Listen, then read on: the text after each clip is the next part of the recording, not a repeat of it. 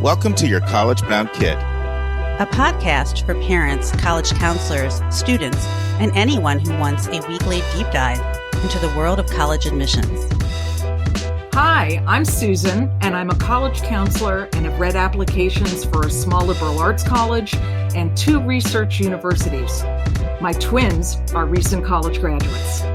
I'm Lisa, and I'm a clinical psychologist and college counselor. I have a daughter in college, a daughter in high school, and a son in middle school. After 30 years in Chicago, we recently moved to North Carolina. My name is Mark. I'm a college coach in Atlanta and the parent of 2 daughters. Karis, a graduate of Davidson College, and she is the founder of the Spanish tutoring company, SpanishHelpToday.com. And Joy is a graduate of the University of Georgia, and she is getting her master's degree at North Carolina State University. This week in the news, Susan's in the saddle as we discuss 10 things to know if you want to major in business. An article by Sara Harberson from her blog. Lisa and I will discuss important and challenging question that North Carolina State is asking all of its applicants to answer this year. It goes like this. NC State University is committed to building a just and inclusive community, one that does not tolerate unjust or inhumane treatment, and that denounces it clearly and loudly. Please describe what those words mean to you and how you will contribute to a more diverse and inclusive NC State environment. 250 words. I continue with my 4-part interview with Justin Doty, admission director at Trinity University, and athletic liaison Paul McGinlay. They have over 50 years combined at Trinity University. And we will be discussing how athletic recruiting works at an academically selective D3 school. I asked Justin and Paul over 40 questions in this 4-part interview, and this is part 3 of 4. And Kevin Newton is back, and he will be discussing ancient Scottish universities. So over the next 3 weeks, Kevin and I are answering what makes these 5 ancient universities special, and this is part 2 of 3. Of course, we'll have our recommended resource. Okay, I'm here with Susan Tree. Hi, Susan. Hi, Mark. How are you?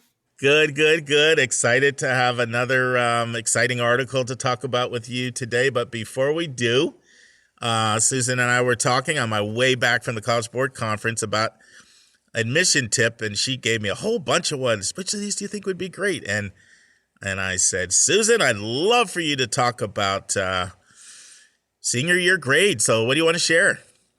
Well, it's very timely, isn't it, Mark? Here we Yes. are about to hit November 1st. A lot of families out there with deadlines right around the corner, and kids for whom November 1st looked way off in the distant future for so long. And then suddenly It's here. Here it is for a lot of EDs and EAs and priority deadlines at some of the big public universities. The fall of the senior year is really testing kids at their highest level of rigor.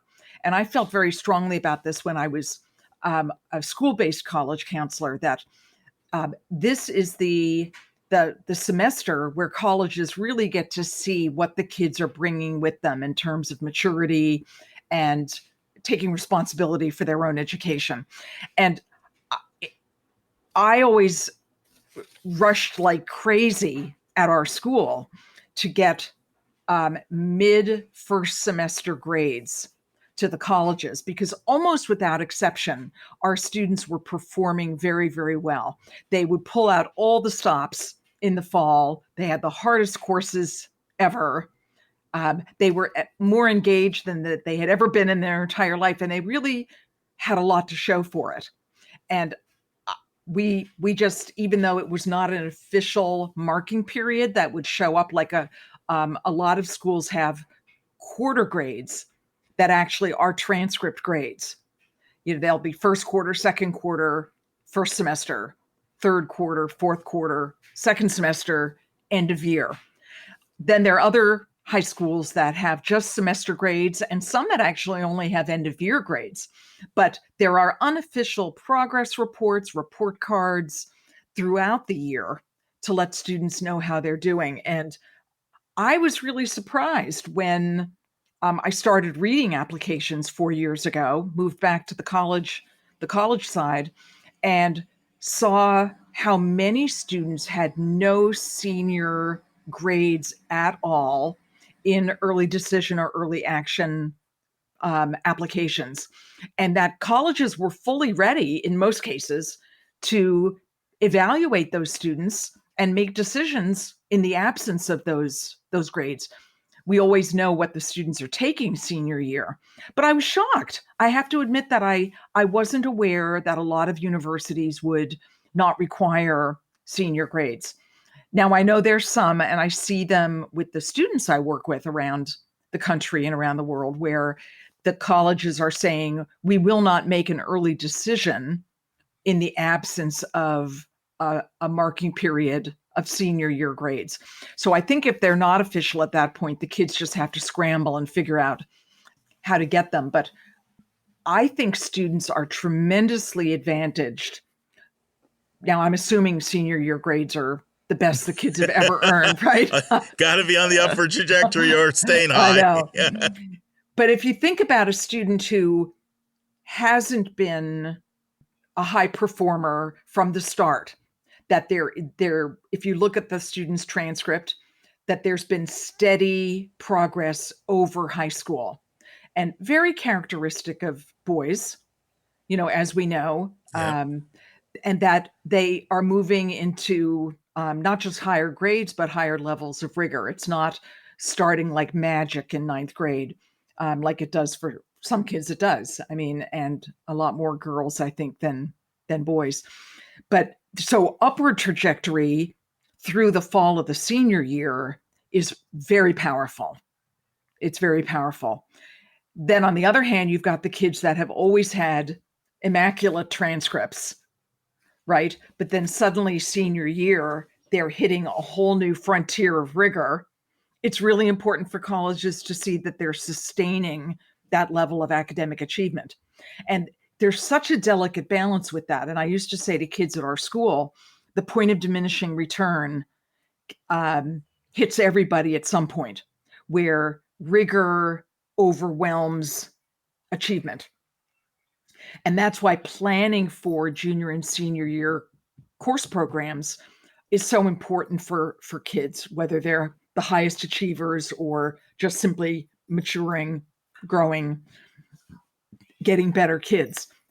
We have to be really careful that we don't substitute rigor for achievement. You've got to find that magic balance.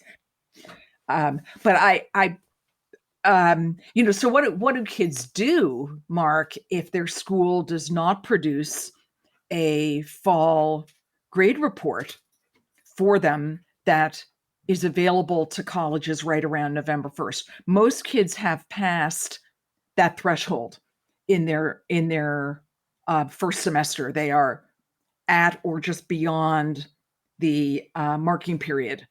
And there's a tremendous sigh of relief, of course, for those kids, especially if they are applying early.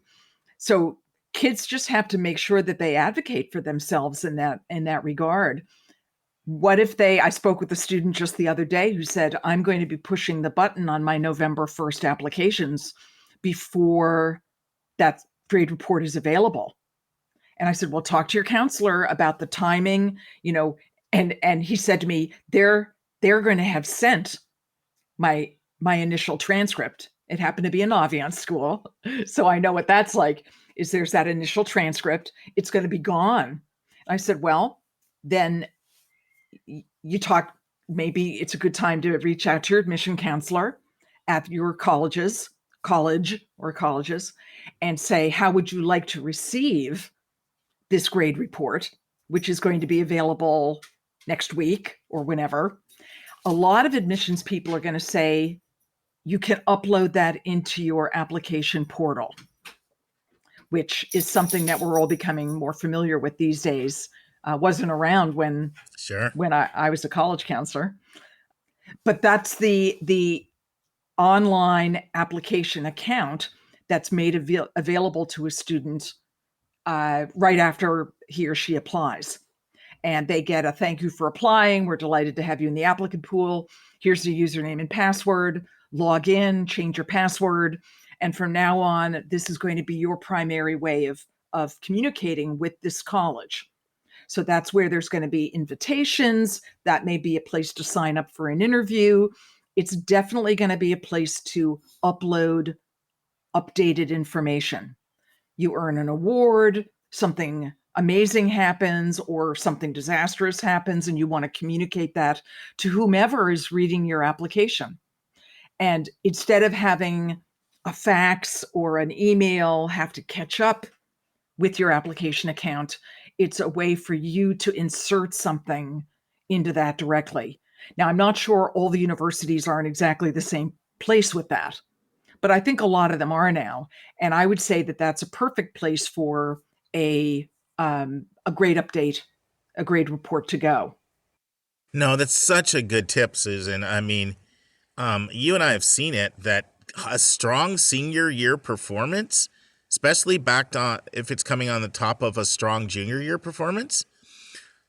We've both seen this. We've really seen schools be quite gracious to shoddy ninths and sometimes even, some hiccups in 10th when you've got that last year and a half. You're taking your most rigorous classes. You're on an upward trend. They love it. And it's funny because I was so used to you doing that when I worked with you that I was shocked as well to get out. Even like Penn does not ask for it. I had my early decisions for Penn, and now they wanted to see that first semester grades post decision. And, I know they can scare the bejesus out of people if they look like they're not performing and send some warning signals out. But like you said, Princeton, they want it. Certain schools want it, some don't. But when you can proactively share it and it's positive, I mean, we don't have time in this podcast. We all have stories where we know that the decision turned on that. Yes, absolutely. Because we get that feedback, sometimes we do. And school counseling role, you get it. And it can be huge for athletes too. Absolutely. Well, and one of the reasons why a selective college will defer an early decision kid instead of either admitting them or denying them, often all three options are there, is they want to see, first of all, what's going on in the senior year. They can see the students' course selections, and they may say, we're in a good pattern here, we're improving, but until we see those grades, let's hold off and wait. So there's a defer, which is a shame if the student is having a great senior year, that information wasn't already in the file, or they want to defer them to see how they're going to look in the regular pool vis-a-vis the competition. So it's usually a combination of those two reasons for a defer. Although, Georgetown rejects no one. Sure. Early action, everybody's in or deferred. But then, in fact, I can remember Oberlin saying to me years ago when I was in my school that they had made the decision to start turning down early decision applicants rather than deferring them, that they wanted to admit as many as they could based on the information that they had, but they weren't as interested anymore in holding on to students just to see how things went. And so there were good kids for whom that last grade report might have made a difference at a school that was leaning in that direction in terms of its policy. I think the vast majority of colleges and universities have gone in that direction now, where they're more apt to turn down in early decision. They won't defer a lot of kids. And I think that's a good thing. And some of that I think is because I've listened to the counselor community. Like, if you're not going to ever take somebody, sure, it's going to sting, because we all know that kids definitely do take a rejection very different than they take deferrals and waitlists. They really do. But at least they can get over it. Right. And they can move on to somebody else. Right. But if they just string them on, then sometimes that kid fixates and they don't really invest in those other schools. So I've always given the feedback, if this is not someone who is legitimately has a possibility please just deny. Right. So we can recalibrate. Yes, yes. And I've actually heard some schools say that they started doing more denials because of that feedback from the counseling community. And they listened to their counselors who were telling them that. That's right. Although sometimes, well, at least at our school, I knew that the colleges had the senior year grade report. The student wasn't going to get any better than that. It wasn't like there was this, the big missing piece of information that might have swayed them. That's why I was so committed to getting those senior first marking period grades so that there were no regrets. The student could say, well, they saw my best work. Yeah. And they turned me down, where you don't want kids walking away saying, man, they rejected me without even knowing what a great senior year that I'm having. No, you were really smart to do that. So good stuff. Well, hopefully that's helpful for people, because sometimes people can go to their school counselor and the school counselor can do that. That's right. If they ask. Even if it's not standard practice. Yeah, sometimes they absolutely can do it. We've both seen it. And you know what? If you have an uncooperative school, then a student can go to each of their teachers and say, my colleges really want an estimate of my achievement in my courses this fall. And is there a way that you and I could work together to make that happen? And I can't imagine there's a teacher in the world who wouldn't do something to support a student in that way, even if a guidance office is not on board. That's actually a great idea. haven't done that before, but I like that idea a lot as well. Thanks, Susan. So for our admissions vernacular, I learned this term at the College Board Conference in Orlando this week, and the term is profile light. So what this refers to is a whole brand new product that the College Board is rolling out. And one thing I like about going to conferences, you do get this hot news, hot trends. And so, Susan, I don't know if you've read any of the writings from Eric Holder, but he's been on the rampage against the length of the CSS profile. It's 230 questions. That's crazy. And how many kids fall through the cracks if you're not coming from a well-resourced family. And, it's funny. I'll tell you this. I was having a conversation, I'm not going to mention the school, but we're having a conversation with a senior person who was at College Board. And I said to him, what percentage of kids that you bring in for fly-in programs do you admit? And then, and he gave me a number that was really way up there, normally over 90. Wow. Yeah. And then he said, and then we started talking about, what's your yield on them? And it was pretty good yield. But he said the biggest reason it falls apart is over the profile. And people can't turn it in, or it doesn't get turned in right, or not on time, or the non-custodial. Right. So any of us who work with students, because you see how much of a problem this creates. And so Eric Holder from Chronicle of Higher Ed, he's been literally on the he's been on warpath, like similar to the way Ron Lieber is going after schools for not disclosing the actual cost. Right. And it's put a tremendous amount of pressure. I mean, I've never been at a conference where people were speaking up so many times. Are you going to get rid of the profile? You're going to get rid of the profile. And schools have been announcing they're dropping the profile. They have. I was not aware that there was a movement in that direction. There is.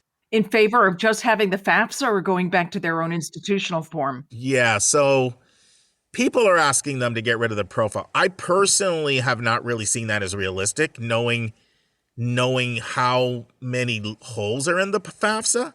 And the profile is bulletproof. Like, it's a pain, but it blocks every way someone can hide money. That's right. And for those of you who don't know what we're talking about, let me take a step back. So there's about 200 colleges in the country, and these are the wealthiest colleges in the country. And they give away a significant amount of need-based financial aid. And the FAFSA, the Free Application for Federal Student Aid, is for federal money. This is their own institutional money, and they don't trust the FAFSA because of the loopholes that are out there. And, we don't have time to go into all of them. We've done it in another podcast, but there's some pretty significant ones. So like, if we're going to give away our own money, we want to make sure it's accurately given away.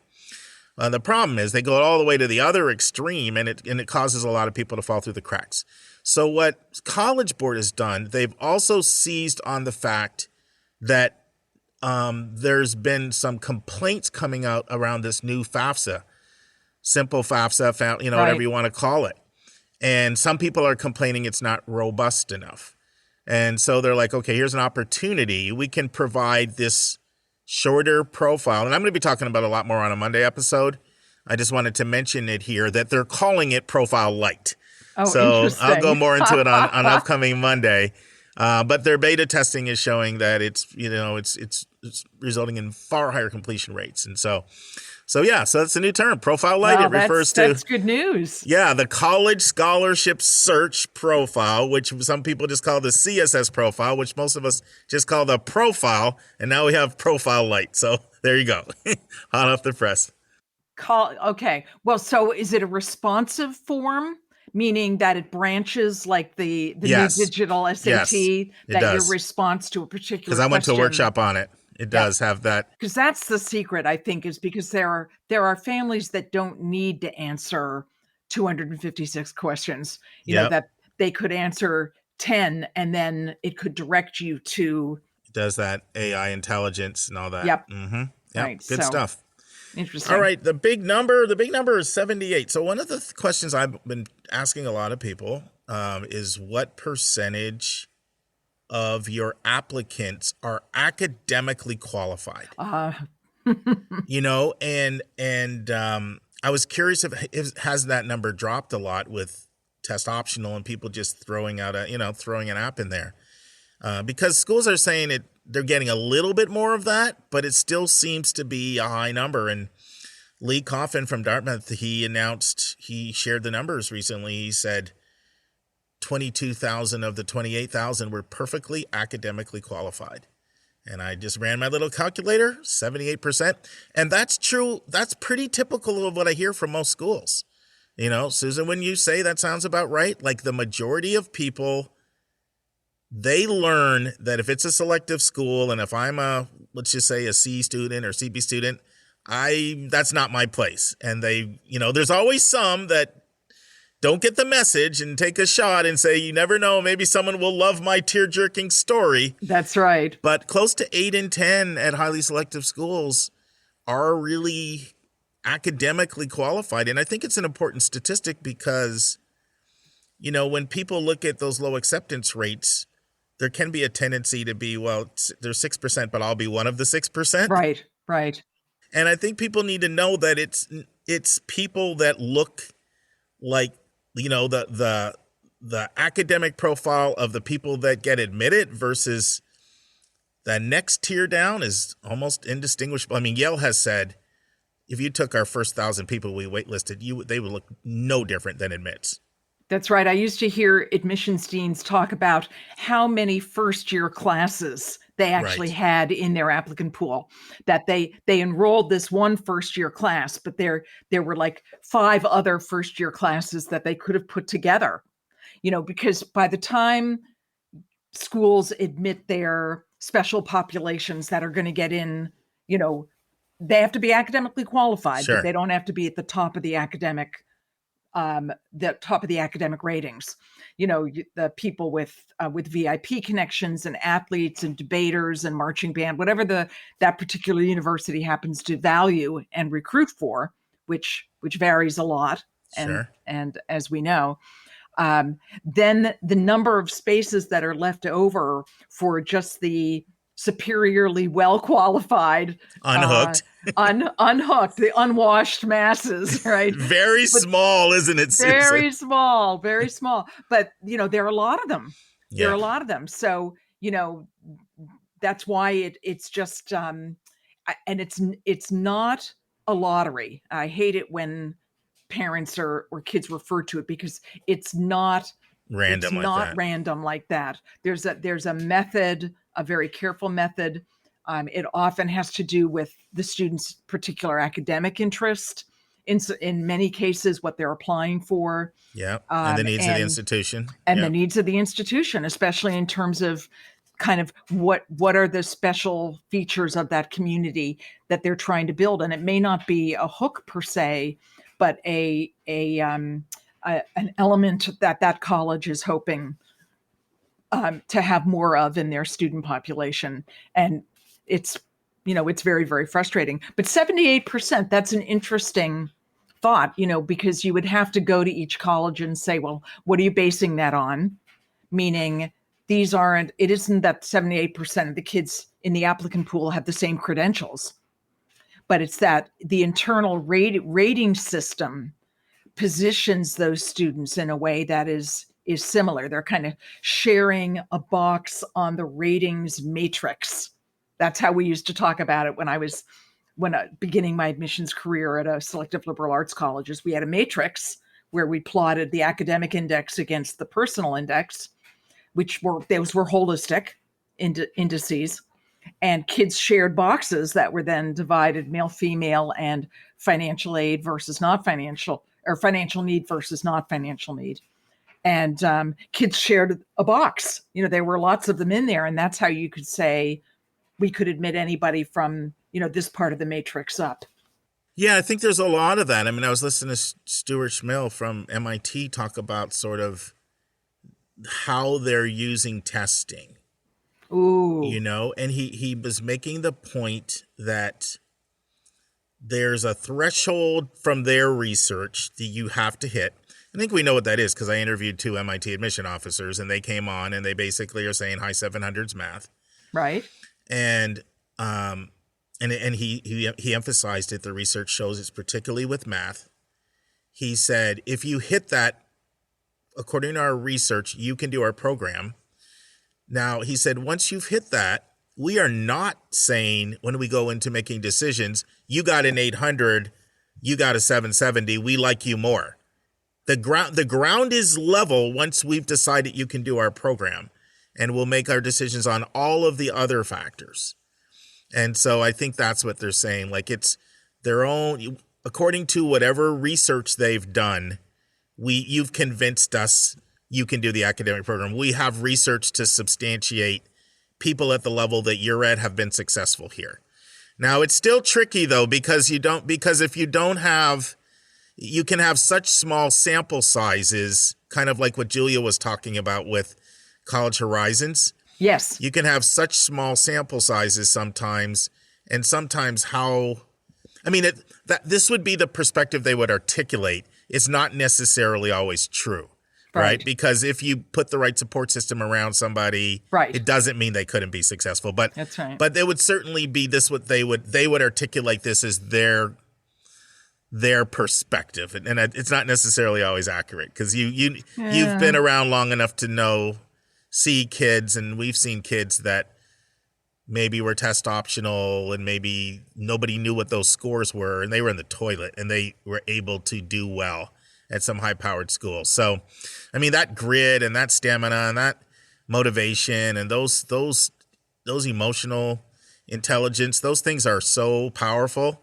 And they can close the gap between kids with advantages and kids who had no advantages.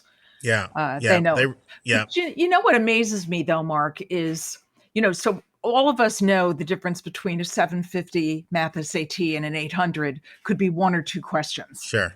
Right? Because at the high end, there's the differentiation in scores. It's the tail of the bell-shaped curve for those of us, who know statistics, is that there's its discernment is scores are more volatile there. One wrong question and you lose 10 points, 20 points instead of a fraction. But then, the SAT is a test basically of advanced algebra and what you remember of geometry, from 9th or 10th grade, and some statistics and some trig, lower level pre-calculus. That's not the math you need to be successful at MIT. Right. That's what I don't understand, is that what an MIT needs is a high, like maybe the BC calculus equivalent of the BC calculus content on the AP or the A level. No, I think that's a really good point. And without getting into this, I talked to someone else who vehemently disagrees with MIT and says we have a lot of overlap with them. And how are they defining not doing well? Are they saying a 3.2 instead of a 3.4? Our research might show that, but don't you want a great 3.2 kid in your school? Does everybody have to Anyway, well, let's not get on that. All Another right, week. let me rein it in. Okay. Our listeners are getting a glimpse into a typical Mark and Susan conversation. I know. Well, it's so interesting. And they can go for hours, by the way. But they're always great. That's right. And now it's time for Hot Topics in the News.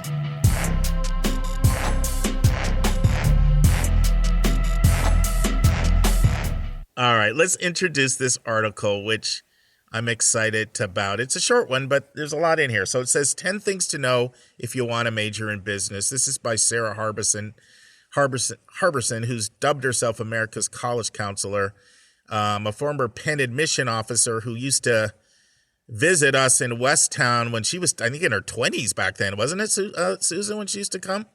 She was a little bit older, but 30s? it was earlier. It was before she became a director of admissions. Sure.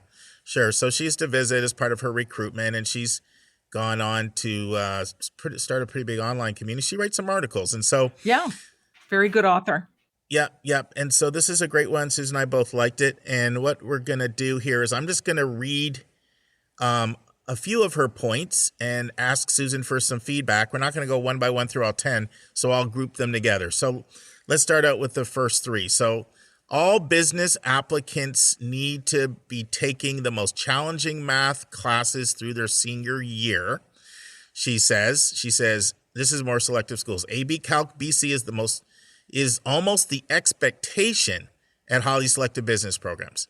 Second point, students need to be getting their highest grades in math through their senior year. And then the third point is business elective classes are a good way to determine if you're interested in majoring in business, but elective classes should never replace a core academic subject like English, math, history, science, or foreign language. So Susan, have you always seen like calculus and strong performance in calculus be a high priority for business schools as long as you've been doing this? Well, let's think about this for a second, because my first answer is if you're looking at really prestigious business programs, bachelor's degree business programs across the country, there aren't that many of them. First of all, I mean, you can think of them. You can think of the Wharton School of Business at Penn, the Stern School of Business at NYU. Who else would we? Ross, definitely. Ross at Michigan. Dyson at Cornell. I mean, there's absolutely, yeah. And Dyson's brand new. At Cornell, that's a great example of a school kind of sliding in to fill that need. But these were universities with these prestigious business schools that already were highly selective. So the importance of calculus existed not just for the study of higher level analytical business, but also just to get into the darn university, to be competitive, to get in to Penn or, whatever. You wouldn't be very competitive if you didn't have calculus on your transcript, even if you were applying to the College of Arts and Sciences. Calculus is both a higher level of math, but it's also an intellectual gymnastics, evidence of intellectual gymnastics. And, people that are saying it's overvalued now by selective colleges, I'm not sure I agree with that, because I made myself take calculus in high school decades and decades ago because of the associated prestige with reaching that level of math in high school, right? I was not a great mathematician, but I got by on a lot of effort, and I was at a school that taught well. For me, it was rigor, not that I knew I was going to be building bridges or designing algorithms in college. And I think it served me very well. Now, granted, this is going back 2 generations, but it served me well as a credential. But no, I didn't study physics in college. I turned to the behavioral sciences where I studied statistics, but I had a foundation of higher level math that served me well for the rest of my life. And it came back to serve me well in grad school as a credential. And I think we have to rethink higher level math maybe in those terms.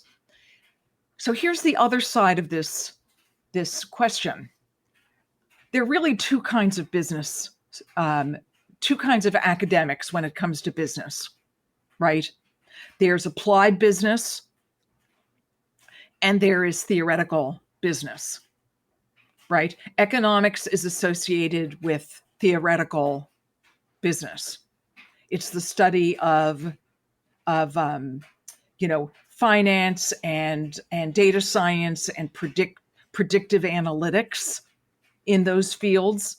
It's less the study of retail and, I was going to say marketing, but I think that goes both ways. But you see what I mean? There's, some kids out of high school want to go into business because they want to go into real estate. They want to go into a family business. This is all wonderful. By the way, I think very highly of this. And then there are kids who want to go into business because of data analytics, and they see their future being in big numbers. Like your big numbers every week. Understanding trends, predictive analytics. This is where calculus is a must, and it's also where these elite universities teach business. They might give you a course or so in accounting, but they're really teaching actuarial math. There's some different ways to look at the study of business and what you want to do with it, which is why sometimes kids say to me, oh, I want to apply to Stern, or I want to apply, which Stern is deeply rooted in finance and financial economics, right? It's not rooted in what you and I think of as applied business, the daily goings on of business. Now, I'm being a bit of a generalist here, but I think the two kinds of business programs on the college level require different kinds of preparation. And if I were the parent of a youngster thinking about business, I would say, let's get your academic plan together so that you end up in calculus. Because a 9th to 10th grader, you don't really know what their horsepower is, their analytical horsepower is, but you got to be ready. You got to be ready. I mean, look at Michigan's application for their business program, right? Right. The Ross School of Business at Michigan admits you to the College of Arts and Sciences. Yeah, LSA. You're given preferred status for Ross, and you can start taking a few business courses, right, as a first and second year student, but you're in the College of Liberal Studies. What is it? You just LSA. said it, LSA, Literature, Science, and the Arts. And that's where a school of that caliber wants your undergraduate education to be rooted. And for that application, here you are, you're a senior in high school, you have to write a business case study, right? Which isn't about, math that you'd study in high school.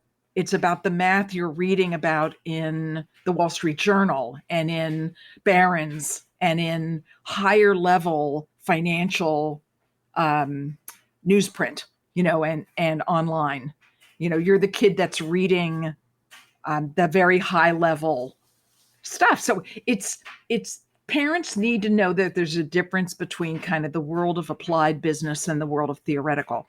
And any student interested in business should get ready for either pathway. All right, I'm going to read these next points. I'm going to read them all and let you comment on one or two here. So, fourth is, if you plan to report your SAT or ACT, make sure your math score is your best. Fifth says, taking AP Economics Micro or Macro is a nice class to fulfill your history course, but it's not absolutely essential. Six says, AP Stats can be a great class to take, but it should never take the place of AB Calc or AB Calc AB or AP Calc BC. 7 says, ask teachers on one of your 5 core academic subjects for a letter of recommendation. You do not have to ask a math teacher as a business major. 8 says, pursue at least 1 or 2 activities or work experiences that back up your interest in business. The more distinctive it is, the better. Doing an investment club or another business club at your school or having internships are very common ways to show interest in business. 9 says, write supplemental essays about your business interests that no other student could write.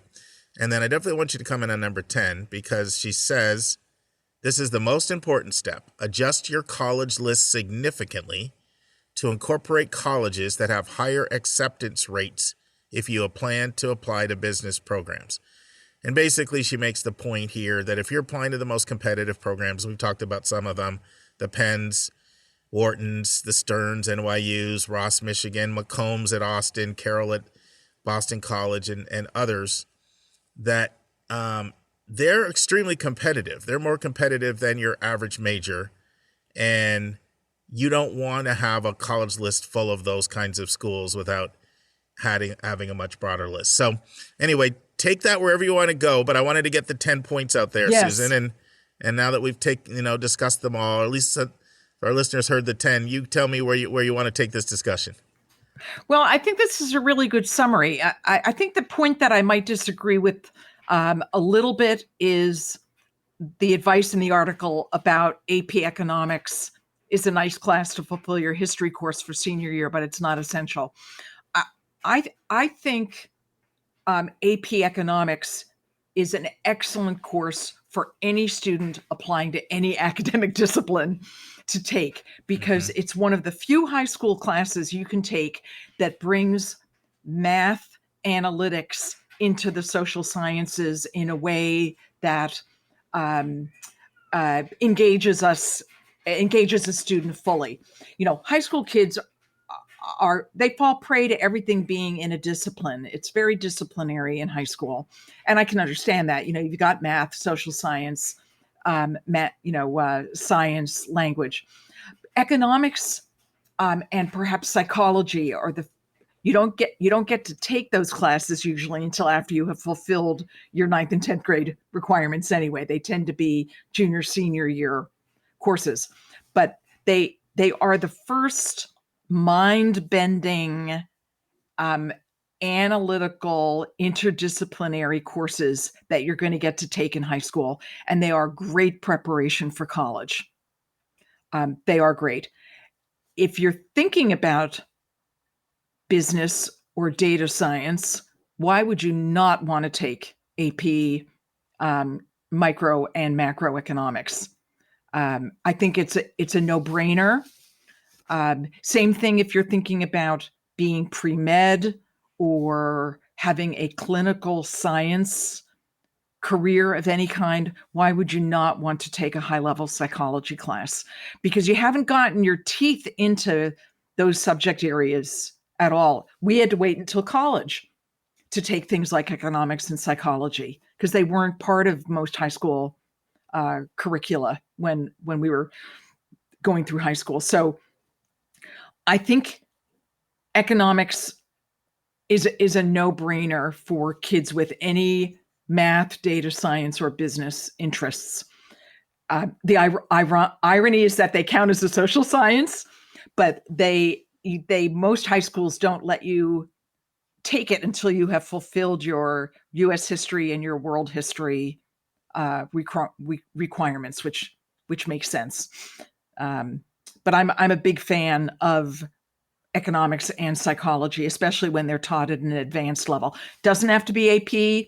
There are a lot of very good high schools in this country that do not teach the AP curriculum because they have independent curriculum taught at a very high level, but they will teach these interdisciplinary courses at a high level that are just excellent for helping kids see if they really like a subject and might want to continue it in college and have a really good bridge.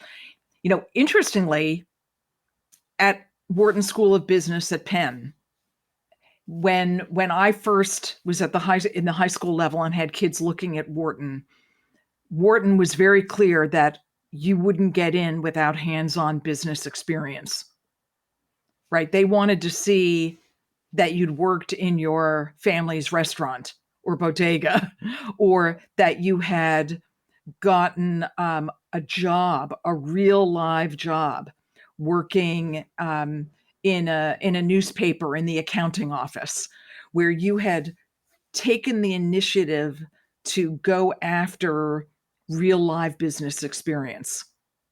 I noticed that Wharton's language has changed a little bit around that. And I think the reason for that is business, the nature of business has changed. That it now is at that level, at the highest undergraduate level, where it's so theoretical and so analytical that the shift now is places like Wharton and Stern are looking for that highest level of intellectual preparation. Interesting. Right. But I think they still respect the hands-on experience, though. There's no doubt about that. No doubt. And one thing kind of related to that I've noticed, and I'm curious if you've noticed this, when students sort of are very interested in business, but they don't want to apply to a place like Wharton because they know how selective it is. I'm told Wharton is second only to that, that combined program that Penn has where it combines engineering with business, M&T. Yes. Management and technology. Yes. Yeah. That Wharton is second only to that as far as the hardest places to get in. I know nursing is really hard to get in there too, but anyway. A lot of times people will not apply to Wharton because they see how low the acceptance rates, and sometimes they're even advised by this, even by really good independent schools. They're like, listen, you don't have a chance at Wharton. So they'll try to come in through the College of Arts and Sciences, and I find Wharton just denies those kids. Like when they can snuff out and see someone that really wants to be a business major, but they're faking they want to do economics, and it doesn't go well for them. That's been my experience. Has that been yours or not, Susan? Well, I think the whole concept of reading applications as fit for major at all but your basic liberal arts colleges, which really are looking at an applicant as more fit for the curriculum, Sure. The whole curriculum. Whereas when you have some of these specialty programs, they are looking at fit for major. So they want to see the coursework, they want to see the extracurricular activities and work experience that align with your choice of major. And they want to see your use of discretionary time in terms of, that's why some of the universities ask these funky questions about what periodicals do you read? What are your, even what are your favorite movies and podcasts, is they want to see where your intellect is leading you when you have discretion, right? It's they look frivolous, but they combine in a holistic way to give a college a real sense, like Wharton, of fit for the curriculum, but also fit for that academic climate. I have to share a quick story on this. I was talking to a former Columbia admission officer. You know how Columbia makes you list all the books that you've read as one of their questions? And she said if anybody put Harry Potter in, that was it. That was the kiss of death. It wasn't intellectual enough. I just thought about that when, and it's slightly apples to oranges, but it's somewhat making the point you're making. Wow. But yet that series of books probably engaged more children in reading in a digital age, that it got kids to read print. So I'd stand up for Harry Potter in a small way. Sure. I'd stand up for Dickens also, and the Brontes, and schools that are books that teach facility with language and literary understanding. And I think Harry Potter did that for a generation of kids who were turning away from reading. But back to what you're saying, Susan, you can see it in the questions the schools ask. You can see it, a lot of times, and you'll see this with the universities, because they'll say, what is your first choice major? What is your second choice major? and you can just see how important it is, the admitting to program. Right. And then all of your file will be read that way. Everything from your testing to your extracurriculars to your grades to your curriculum, recommendations, and certainly, like you said, what you do in your free time. And That's right. That's right. And especially those pre-professional things, like, and we know this, that there are certain programs that are just more competitive. Computer science, engineering, business, nursing. Those four are just really gotten competitive at the university level. Absolutely. I learned a big lesson when my son was looking at colleges, and now he's out of college, almost 2 years. But when he was looking at direct entry nursing programs, a very wise dean of a highly prestigious nursing school said in a presentation, don't apply to nursing school as a disguised pre-med student, because they are distinctly different. Yes. And we can tell.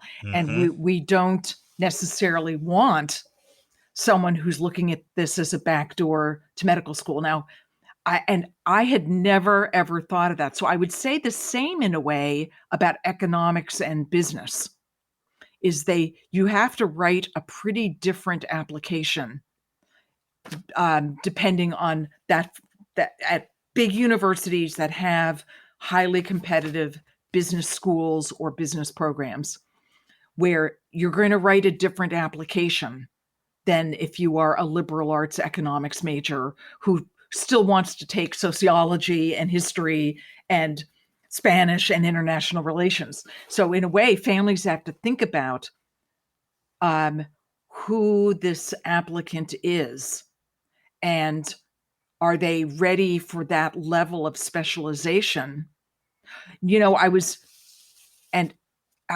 thinking about this, Mark, that, the Whartons and the Sterns are rare. There aren't that many schools like that have direct entry undergraduate business at that level. A lot of the very prestigious universities that have famous MBA programs do not have undergraduate business majors. Or, for example, like the Booth College of Business at the University of Chicago, they have a little bit of a trickle-down program. But you would never be admitted to the University of Chicago out of high school if you said you wanted to major in business. You'd be seen as a bad fit for their undergraduate program. But yet they have a trickle-down business program that I find interesting, because Booth at Chicago will give top Chicago seniors a guaranteed admission, but they have to go to work for 3 or 4 years before they enter Booth. So what that prestigious business school is saying is, you shouldn't major in business as an undergraduate. You shouldn't even go get your MBA right out of your undergraduate experience. Here's how we think you can get ready for the highest level MBA programs in the country. And I find that fascinating. I might push back a bit, Susan. There are a few, because like Boston College, Carroll's got a direct admit program. Tepper at Carnegie Mellon. Oh, yeah, no, and they're out there. They're certainly there. They're there, and and they're McDonough at Georgetown. Right. I mean, so there's there's a whole cadre of them at Kelly, the most selective at Indiana, school. and then Wisconsin's got a direct admit as well. Now they have a non-direct admit option, but they do have direct. But you're right. There's a minority, but there's a decent amount. Northeastern is another that comes. to mind. Fisher. I'm saying that at the most elite level. There are not a lot of undergraduate business programs. There are probably 10. I bet there are 10. Yeah. No, there are a lot of schools when you think of like you said. I mean, look at Tuck and Fuqua. I mean, there are a lot of schools that have the grad school, right? The grad business that don't even offer undergraduate business degrees. Or you are admitted like I was thinking of Emory and Virginia and even Michigan and Wake Forest, where you got to you apply go once you're in. They're not direct admits. sophomore year, you apply. Yes. So you can get a bachelor's degree in business, Yes. Yeah. but only after the 4 semesters of rigorous liberal arts preparation. And they throw in some business courses there, right? Sure. But they want you to get the grounding in economics and data science and math and history and foreign language and literature, because you know, I just think it's interesting that there are different ways of doing it in this country, and kids just have to find the model that's right for them. And that's going to have to be our last word, just because I have a student waiting on me. There But you I think that's a go. good place to close. Wonderful. People have to find the right path for them. And I think isn't that so true? It And is. so, It's- awesome. and start early and get good advice. Thank you, Susan. We'll talk. You're welcome, Mark. Always Bye-bye. enjoy it. Bye. Take care. And now it's time for a question from one of our listeners.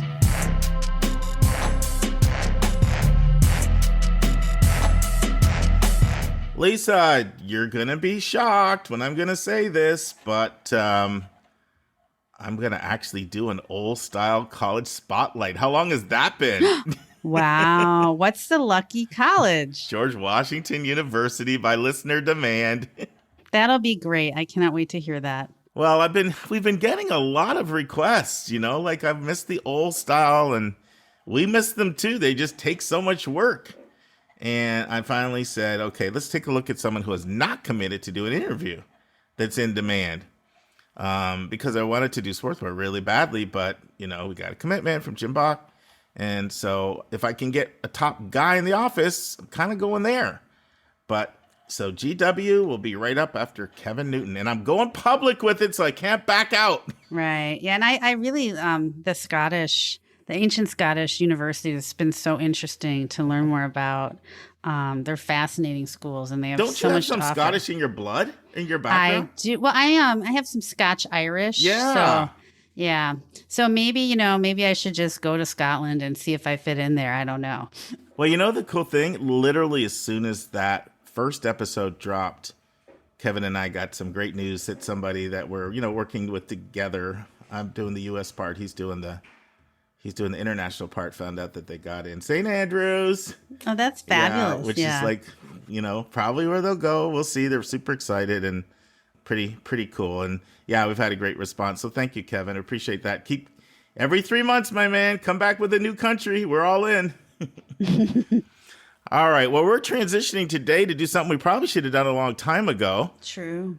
And why don't you introduce our topic for the next couple of weeks?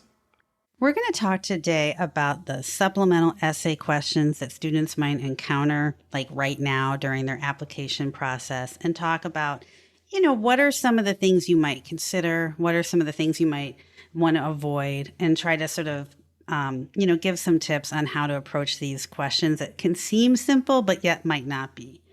And the first one that we picked is a question that comes off of North Carolina State University's application. And this says, North Carolina State University is committed to building a just and inclusive community, one that does not tolerate unjust or inhumane treatment, and that denounces it clearly and loudly. Please describe what those words mean to you and how you will contribute to a more diverse and inclusive North Carolina State environment. 250 words. No, all of that, just, 250. Go. Yeah. By the way, before I dive in, how's my sound? Because our listeners don't know this, but, still in Orlando from the College Board Conference. So I'm in a hotel right now with pillows wrapped around my computer trying to prevent echo. Is it okay? It sounds good to me. I mean, it's not as good as when you were under the blanket. I'm sort of trying to block that memory out. I can't ever block that out. For our new listeners, I was so unhappy with my sound before I built a sound booth that I was reading all these articles. Once I discovered it's not just your mic, it's like your surrounding reverb, and you have to block the echo. and someone had this dumb idea about go under a blanket. So I recorded under a blanket. It was hot and sweaty, and I was scaring Lisa. I made it through an episode. It's quite an adventure, one I'm trying to forget. But we'll have to write a sound book. quality is just not worth some things. Correct. You know? I'm very dedicated to the podcast, but not again. Everybody has their limits. That was it for me. All right, great. So I want to say something about the just college-specific questions in general. At some point, we really should do a deep dive into whys, why us, why this school, the most common college-specific essay out there. But there's about 12 themes that you'll consistently see repeated over and over if you categorize all of them.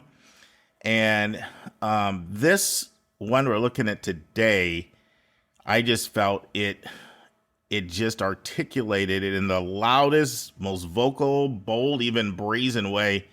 And so, and I wanted to dive into it. Now, originally, I was going to take a look at this essay that Lewis and Clark has, and I'll read it to you. At Lewis and Clark, we strive to be an inclusive community reflecting on a part of your identity. For example, your culture, race, ability, status, sex, gender, identity, expression, sexual orientation, national origin, political affiliation, religion, age, or veteran status. Share with us an experience where you engaged with difference. And I thought, okay, we can take that on.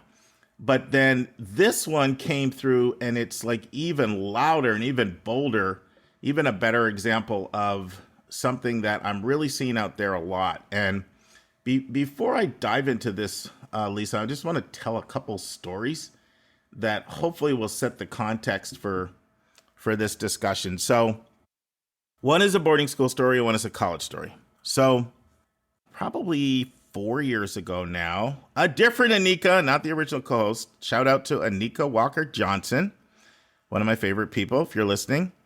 So Anika Walker Johnson used to be the Associate Director of Mission at Tabor Academy, which is a boarding school right on the border of Massachusetts and Rhode Island in Marion, Mass. And she's also Diversity Director. And she's from Atlanta. She was meeting me on a recruitment trip in Atlanta, and we were talking about the chaos in the country because of how divided we are right now.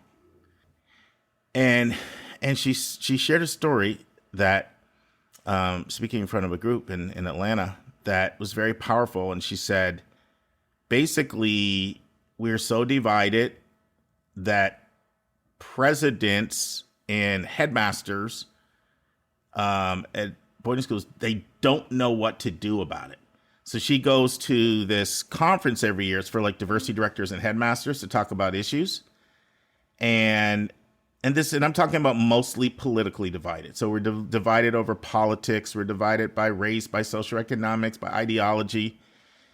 But what's happening in the boarding school environment was, one person's wearing like a MAGA hat right across the dorm from someone else who's like, that's hate speech. Stop that hate speech. And like presidents, headmasters, they don't know what to do about this. Like, how do you draw the line between somebody's free speech when somebody else feels like it's hate? And it's creating massive division. And she shared, as she networks with other headmasters, which is the equivalent of the president on the college side, they literally are throwing up their shoulders and like, we don't know what to do. So that's boarding school story. Fast forward a couple months later, I'm taking 15 students over to Emory on a tour. And what's going on at Emory? Basically the exact same thing as boarding school on the college campus. A Trump follower had like written something on a wall. I can't even remember what it was, related to MAGA. And a bunch of students were out protesting and basically wanting those students to be expelled, feeling like, I don't feel this is a safe space with them spewing their hate speech. And so they had to have all of these meetings and trying to bring the community together. So why do I give all that as a background? Because what happens in society trickles into the colleges. And so as a country, we're completely divided right now. And the thing about our divisions is that you can live in your own little echo chamber in your own little enclave, and you don't really have to deal with the other side. So you can live in your segregated neighborhood, maybe by race, but I'm mostly talking about ideology right now. Can tune into your own radio programs or your podcasts or your TV shows and have your view reinforced. And you can hang out with people and choose to hang out with people who espouse your worldview, and never do you really necessarily have to interact with the other side. Well, the problem is it doesn't work that way in a college campus. Right. Because all of a sudden you're living in the dorms in very close proximity, and these schools are trying to have some semblance of unity without World War III breaking out. And so the same division that you see in our culture, it can just get completely magnified on a college campus, where students oftentimes come in reflecting the views of their parents. It doesn't take very many people with extreme views to create a tenuous, divisive situation. So more than any other year, I have noticed college questions that are designed to suss out, can you get along with somebody who has different views than you? And you don't have to be BFFs, but can there be some semblance of unity? You maybe use too strong of a word, but amicability maybe is a better word. And can you learn from each other? Can you find that? And so this question from NC State, to me, is the best example that I've seen of an attempt to just unapologetically suss that out. So let's just take a look at it now, line by line, and look at it. So North Carolina State, NC State, is committed to building a just and inclusive community, one that does not tolerate unjust or inhumane treatment, and this is really strong, and that denounces it clearly and loudly. Like I said, this is the strongest, most boldly worded one I've seen. And then it says, please describe what those words mean to you and how you will contribute to a more diverse and inclusive community. And so I've been talking for a while. What do you sense they're getting at there, and what they're looking for in an answer to a question like this? Well, I mean, I think part of why North Carolina State states it so strongly is because of some of the particular characteristics of the population of North Carolina State. Because as you know, like most of those students come from North Carolina, and they're really trying to recruit kids from outside of Charlotte and the Research Triangle area, and the political divide between those, sort of the more rural areas and the urban areas is quite stark. I've always felt that North Carolina is kind of at the crux of, this political conflict in our country. And then Frank Bruni, he lives in Chapel Hill now, and he wrote an article about it. So I feel like if Frank Bruni says so, then I must be onto something.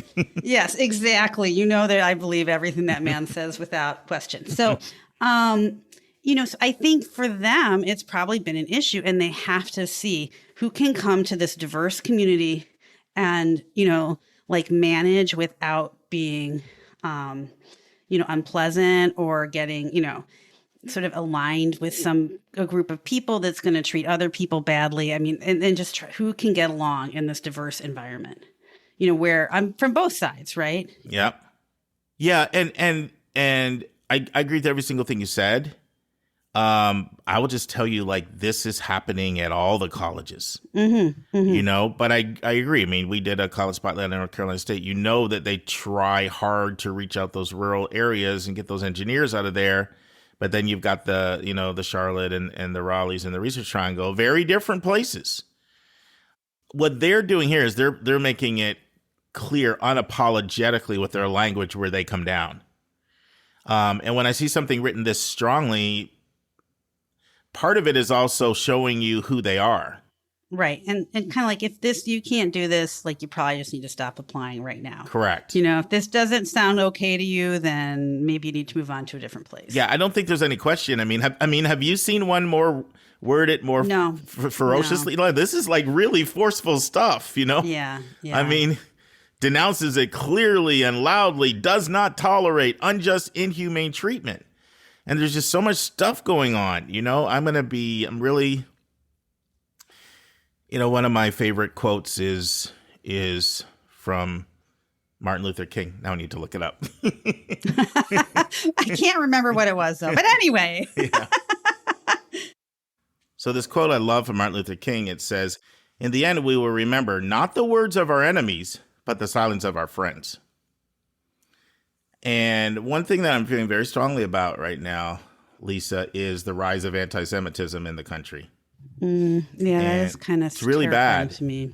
It's really bad. And I don't, either you're part of the problem or you're part of the solution.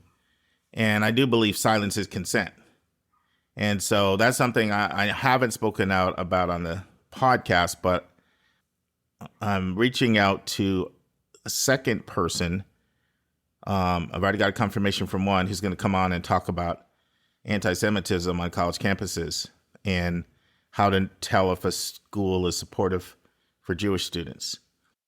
So that's a big part of this, too, is the rise of anti-Semitism. And I don't want to be a part of the problem. Silence is consent. And so to the extent that we don't talk about it, we're tacitly approving it. And so they're just laying a clear marker. We're not about that. And so the person that really is about that, they're not going to like what they read here. That's part of what they're doing. But then the other thing that they're trying to do is they're saying we need people here who have a conviction that you will not tolerate for inhumane treatment of others. So when the question says, please describe what those words mean to you, it actually is a really effective way at sussing out whether or not you're in alignment with at least where they're trying to go vision-wise.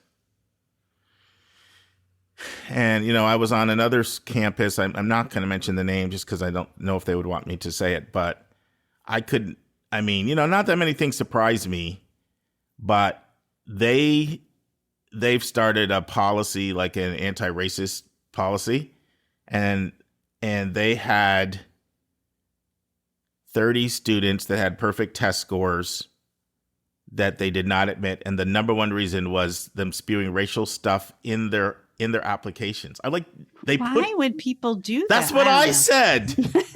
That is shocking. Yes. Why is it sound like me? Why would you do that? But I know they wouldn't lie to me. I'm meeting with the top people in the school. No, I'm sure. I'm always amazed just when I'm doing like therapy or evaluations. I'll ask people questions and I'm just amazed at how they answer me, like completely honestly. And I appreciate so now you know why they do it. It's in their heart. I'm just like shocked. Like, wow, you think that's socially acceptable? Okay, Right, but I think it often reflects like the echo chamber they're in, where it is acceptable and not in that environment. So I think this preamble is important for people to understand this background, that, this kinds of question, there's a lot of questions out there like this year, even that this is the most boldly worded.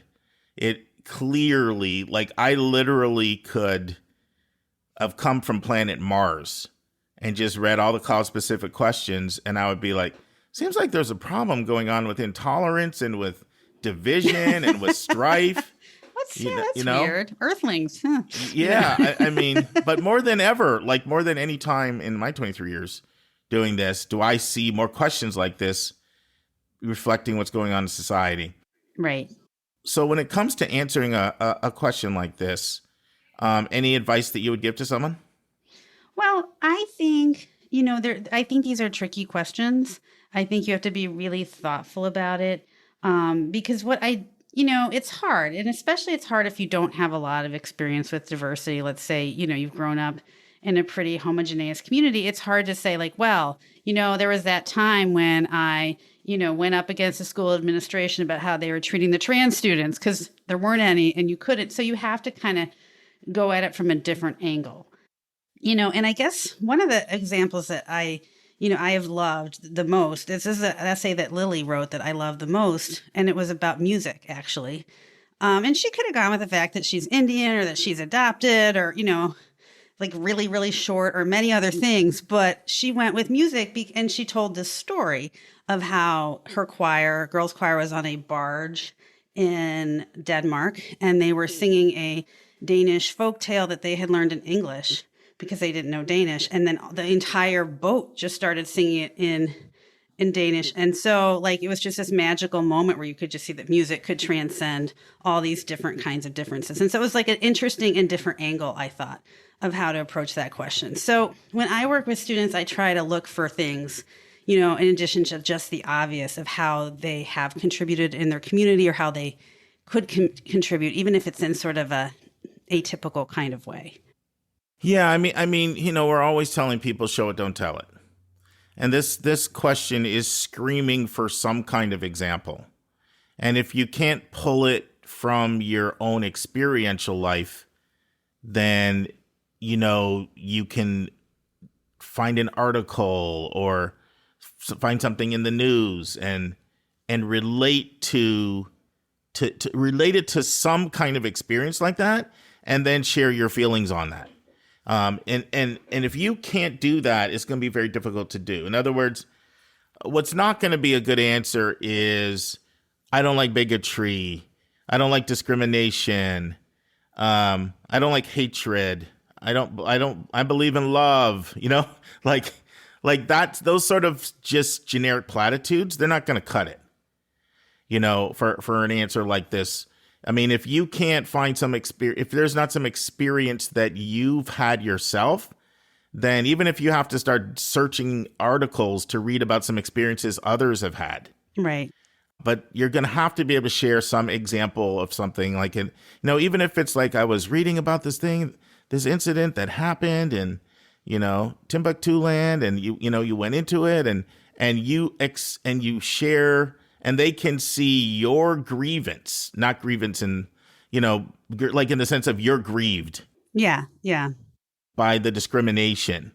And they're going to want to see that your emotional trigger gets lit as well when you're exposed to that. Right.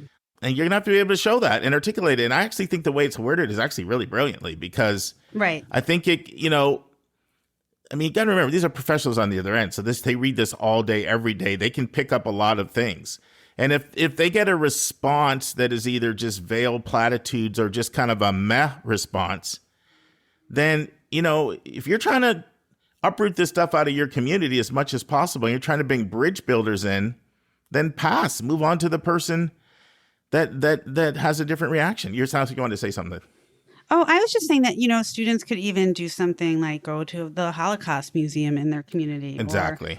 Or, like in Greensboro, Thomas and I went to the Civil Rights Museum a few weeks ago, and it's an amazing museum. And, some of the exhibits are quite graphic, but they certainly can point out some evidence of inhumane treatment that we would all want to denounce. I need to get there, because that's where the sit-ins first started. Yeah, it was like you can actually go into it's in the Woolworths. Mm-hmm, and so, it was really good. And just, it kind of got chills just feeling the energy of the place, looking at that counter. But anyway, there's all kinds of things, like a photography exhibit at a museum on social justice. You could find things, even if you haven't experienced it personally, that you can talk about your personal reactions to. And I think that's the biggest takeaway that I would have for people. Like, if you don't have something immediately after brainstorming that comes to mind that you can share experientially, use some creativity in the ways like Lisa's talking about and we've talked about here. But you're going to have to be able to relate some kind of anecdote, experience, and then share how you feel about it. And then the question literally says, describe what those words mean to you. Right. Like, you're going to have to, and I'm not encouraging inauthenticity here either, disingenuousness. But what I'm saying is the school's going to be looking for the fact that you have an element of contempt and disdain for bigotry, division, discrimination, inhumane treatment, unjust human treatment, whether it's toward trans or it's anti-Semitism or it's right now racial incidents toward Asian Americans are at an all-time high. Yeah. It's a lot of groups. And there's a lot of things that hopefully people can experience. Maybe you find a friend or somebody at your school that's, in one of the marginalized groups, and you have a conversation with them about what they've experienced. Right. And you relate that. But I think there's got to be some experiential component to this. And then in your articulation of what do these words mean to you, you're going to have to communicate the fact that you repudiate any of that, or right. you're likely to end up waitlisted or denied. Mm-hmm. Yeah. And I mean, just again, you can be creative about this. Like I have a student who wrote a beautiful essay, not for NC State, but for a similar one for another school about his time playing ultimate frisbee and how that has allowed him to connect with all kinds of people in his community. And then ultimate frisbee is like a very democratic, egalitarian sport, and sort of using that as a model of how people could interact with each other sort of more in general. And I thought that was a really nice way of approaching that. So there's just a lot of different angles. There's, an infinite numbers of ways you could answer this question well, I think, but you have to be really thoughtful about it. And one thing you need to always look for is this is so common in these questions, which is the question within the question. So there's really two questions here. It's one, describe what these words mean to you. That's question one. So you're going to have to answer that. And then how will you contribute to a more diverse and inclusive community? And so they're going to want to see that you embrace the idea of multiracial, multi-ethnic, language, culture, religion, learning environment. They're looking for evidence that you embrace that. And if that's, right. And so this is just in general, look for multiple questions in here. And if you're Virginia Tech, you have 5 of them. My pet peeve. They give you 100 and some words. Anyway, I think we've covered this one, Lisa. It's a challenging time for our country right now, and the college campus, boy, it's a challenge, especially in the residential learning environment, because unlike other environments, you can't just go duck into your own room and avoid people that may be very dissimilar from you. You can't really hide in a dorm room, or I've never shared this story before. I'll share it on the podcast. When I got to Michigan State, I walked in, and there's a guy in there. Sorry, I don't know if I should say his first and last name, but I'll say his first name, Chris. And because it's not a good story, so I don't want to put his last name out there. But he just noticed he was taken aback a little bit, and it was friendly, it was cordial conversation, first, and then later on, we got to talking. He's like, "I'm from Melvindale, Michigan, where I live. Black people don't cross a certain line. Black people stay here and white people stay here. So I'm struggling with this, And that's again, that was true then. And now it's even, there's a hostility level that I didn't sense back then. There it was more of a, wow, this is a first. I haven't done with this before. But now it's in a lot of ways it's worse right now, in my opinion. Well, yeah. And I think that why does, NC State have to kind of say it this boldly? Because for whatever reason, some people in our society, I think they don't feel any compunction to edit or to consider the feelings of others. I think there used to be like a little bit more shame. Like there was an idea that this kind of behavior was bad. And even if you felt that way, you kind of had to hide it a little bit. And now it seems like people are just loud and proud about their dislikes in often a very hurtful way. Well, and I'm sorry, but Trump brought a lot of that out too. I mean, it was around before him. He tapped into it. I mean, a classic example was Charlottesville. Yeah, before, that's terrible. At least as bad as it was, at least the KKK had to cover their face. Right. Like, oh, these are great people. Well, yeah. They just tried to run over. Yeah. Well, but I'm your point about the brazenness. Now, face uncovered, tiki torches, marching down the street. Unapologetically, Jews will not replace us. Right. It's loud and proud. So. Yeah. I mean, I was in the mountains of North Carolina last weekend, and we saw, and I was there last year too, and did not see as many large Confederate flags. I mean, big flags flying where I think people might have had like, a small one on their wall or something. They didn't have like the most giant flag anyone has ever seen flying, so people could see it for miles. It's really kind of unsettling and off-putting. Yeah, and think about in a Intimidating. public school that serves all districts and you're all bringing them together with very different ideologies, and you don't want World War III in your dorm.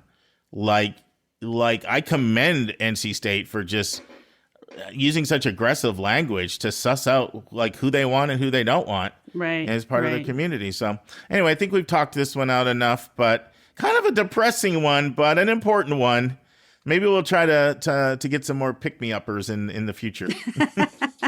Well, we'll talk about happy things. There you go. know. All right. See you next week. Thank you. And now this week's interview with a special guest.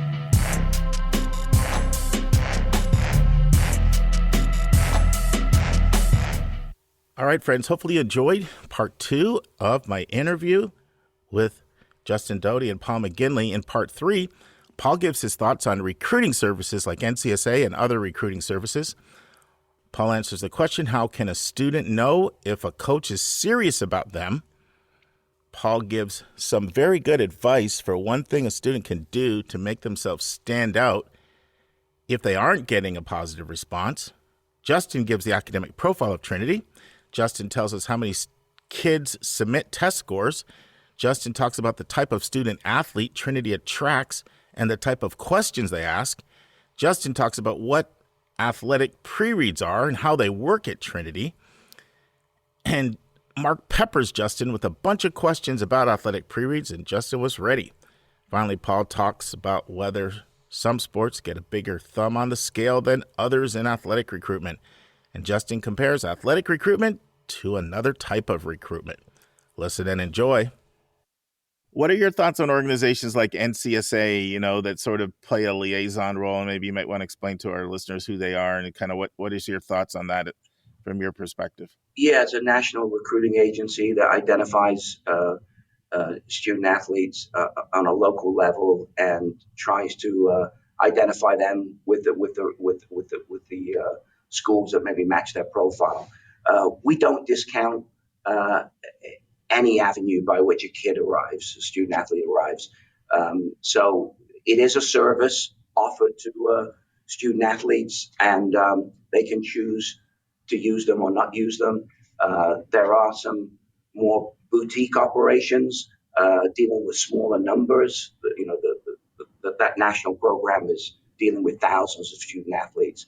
Sometimes it's nice to go to a local Dallas area recruiter, for instance, and they're just dealing with maybe 12 clients. So they're doing a little bit more of a boutique approach. But everyone arrives at Trinity a different way.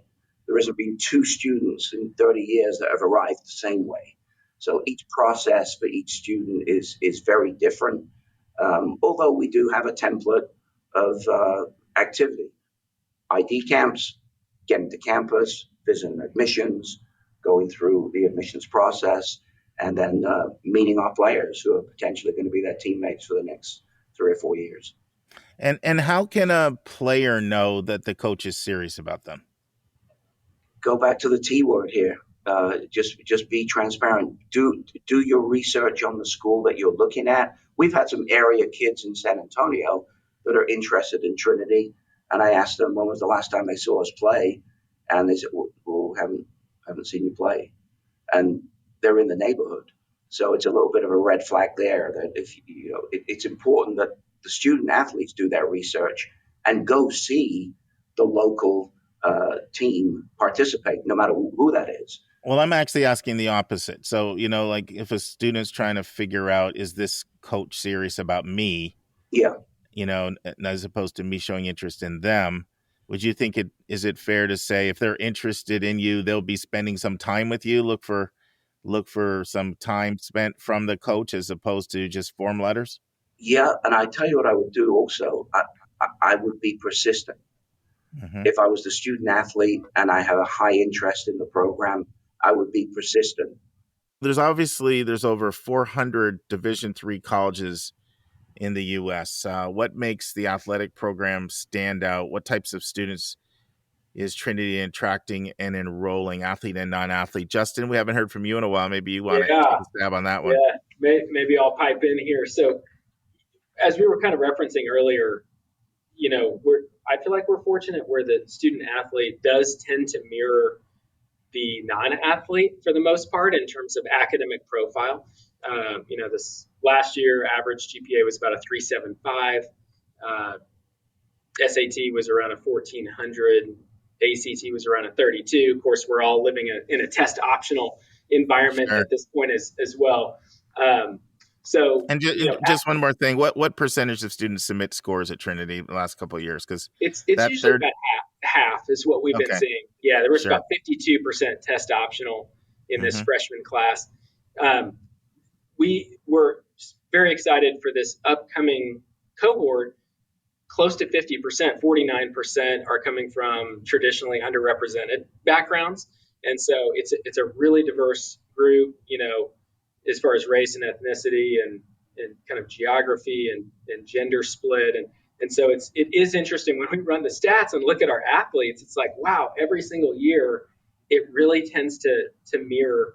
But what I hear when we're talking to student athletes from admissions, what they often tell us is they're really intentional about seeking a rigorous academic environment, but also a really competitive athletic environment. And so, it can be hard to find that. You can go to a really competitive athletic environment and you find academics tends to be on the back burner, or the opposite, And so we have found that Trinity does tend to kind of emphasize both of those. And so I think when some of these student athletes uncover that, that's kind of turning their heads. So I feel like we tend to attract students like that are really serious about academics and they're asking all the right questions, internships and undergrad research. And what about graduate programs and all of this? Oh, and yes, I've been talking to the head coach and I want to continue playing my sport too. No, that's awesome. Let's talk about something that can be confusing to people, the athletic pre-read process.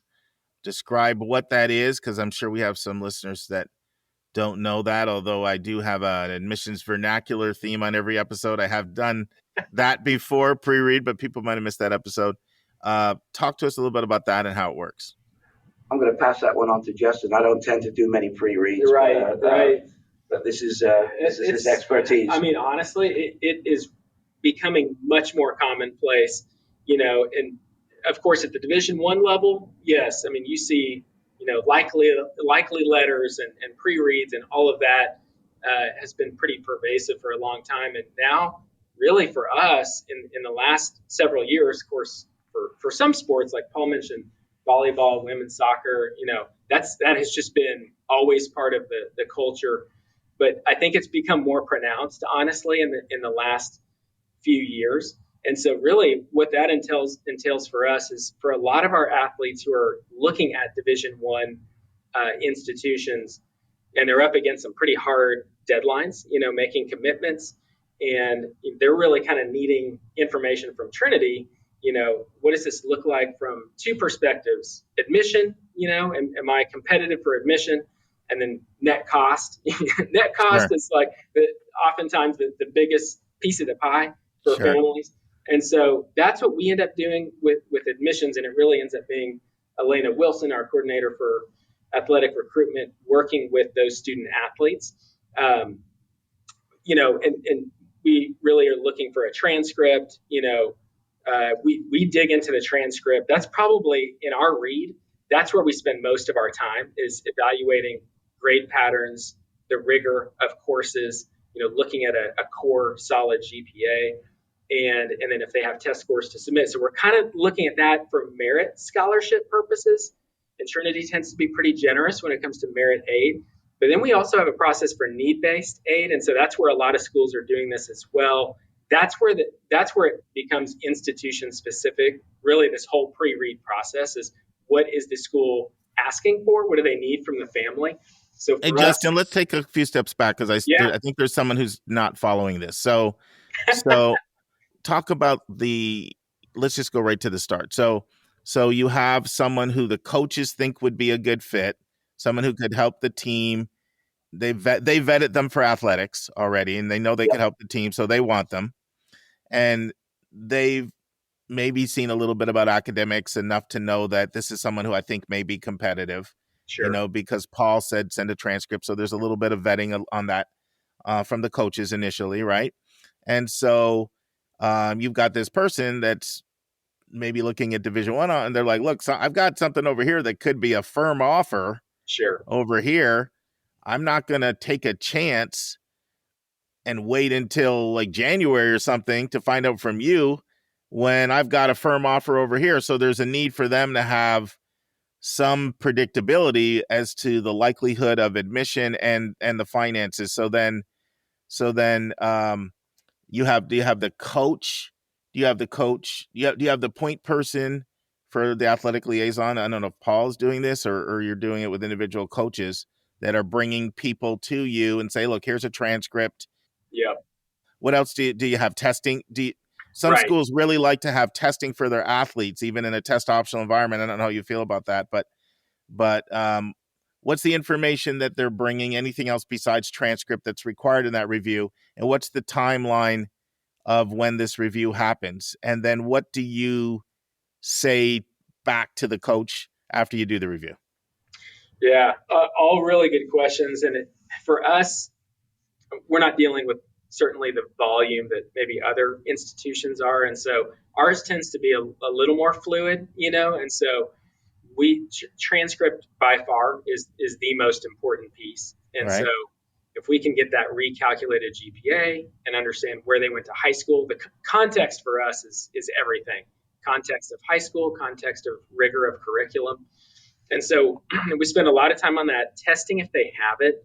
And in test optional environment, we've been doing a lot of coaching and advising about when and maybe when not, to submit test scores. And so kind of working with students on that.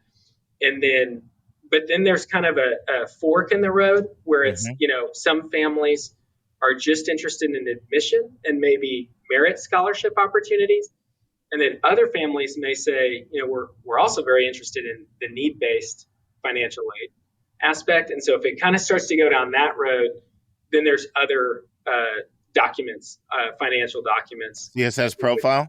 Right. Yeah. So for us, that's what we would use to make an estimate. But you're right. Going back to what you were saying, these students find themselves in this position of, okay, I don't know if I can pass up on this Division I offer that's on the table. And of course, we want to be competitive on our side to make sure Trinity has a shot, at this student as well.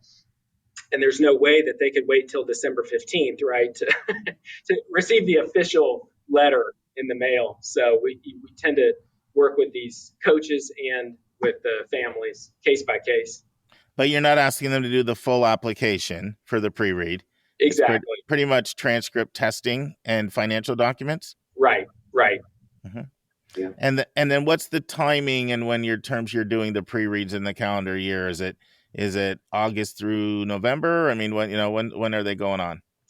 They're happening right now in the summer. So, really starting, feel like they can start in June, July, and then they'll really start to pick up a little bit when we hit August, September. Sure.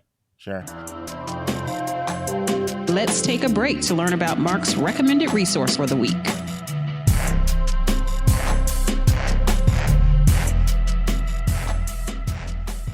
Friends, our regular listeners of the podcast will remember it's actually more than 3 years ago. I recommended a podcast for you called Gangster Capitalism. It was just 6 episodes, but it was riveting. It was really professionally produced, and it looked at the Rick Singer debacle. And we got great feedback from listeners on that recommendation.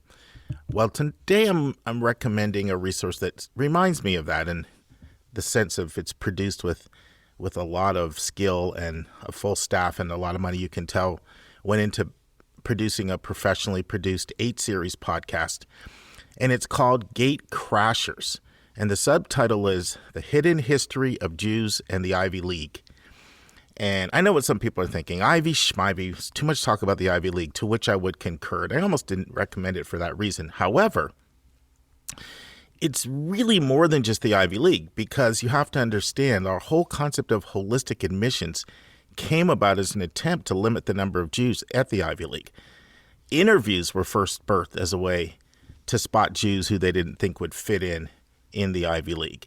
And even schools requesting photographs and descriptions of how tall students were all attempts to limit the number of Jews in the Ivy League. So understanding the history of Jewish exclusion in the Ivy League helps you understand a lot bigger issues in college admissions. And so what this podcast does, and it's very good, is it has one episode for each of the 8 Ivy League schools, and it shows their unique history and how they excluded Jews.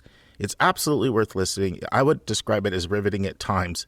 It's called the Gatecrashers podcast, and it just came out in the fall of 2022, and it's a recommended resource for episode 271. And then let's look at 2 scenarios. You've done the pre-read and you say, yeah, this is good to go. Or you've done the pre-read and, well, I think there's 3 scenarios. It's got to be more complicated, of course. It's not good to go, or Right. or maybe it's in the mushy middle. So what is your feedback, and does that feedback go back to Paul, as kind of liaison, or is it going to each individual coach that brought it forward? Who's the feedback going to? And I've seen different systems. I've seen yes and no systems. I've seen sort of like, very likely, maybe, unlikely. And then I've seen like 1 through 5 systems, and so how do you guys do it? We try to be as black and white as we can. So, less ambiguity, I think, is always better, not to operate in the gray space. So more of a yes, no. Okay. And Elena she's our coordinator of athletic recruitment. And so she is working with those head coaches and with the family. Okay. And then kind of bringing me in as kind of, consult on certain cases. Right. And then relaying that feedback to the family and to the coaches. And Mark, I should mention too, we have started to do this in the last few years for early decision candidates too, and that has been amazing because, these students and parents are thinking, okay, I'm thinking about early decision, which is binding, but how can I hit submit on a binding decision if I don't know the net cost? And, oh, you guys are doing that. I'm trying to preach this. Like I'm trying to get more schools to do this. Is that right? Yeah. Yeah. Because you might have known that like Whitman and Worcester have got a lot of publicity for giving people their exact cost and actually doing a full tax review. And Franklin and Marshall does it for early decision applicants. Sure. So that because we know net price calculators are sometimes not always accurate, especially for business owners, right? Exactly. So what do you? So are you guys doing like an actual cost for early decision applicants? Yeah, we really have been holding true to that. So, and it's the same kind of process basically as a pre-read. Yeah. Where they're submitting the CSS profile, and the only caveat is they're submitting the CSS from this past cycle, just because October 1 hasn't hit for the new one. Of course. And so, but yeah, we're using that, and that is giving full confidence for the family to say, okay, yes, this is a legit option for me for ED. That's awesome. It's music to our listeners' ears. I don't understand why more schools don't do it. I've just been told it's a resource issue, and once again, this is where your resources can probably give you the staff, to do that. It's frustrating when a student fills out a net price calculator, applies early decision, and gets an award back that's really different. I had a family that had one, and they came back saying that they would have to pay $28,000, and then they got $48,000, and that was from a very well-resourced Ivy League school. But with business ownership and assets, it can get complicated. So sure. Well, and it's also such an access issue. That we were thinking about it through that lens too. Of these families that will be qualifying for need-based aid, and really thinking, okay, my only option is early action or regular. And I can't do ED because I'm not merit only. Yeah. No, that's great. I'm glad you shared that. Sure. So back to athletics. So you do the pre-read. Let's say it's a yes, it's a go.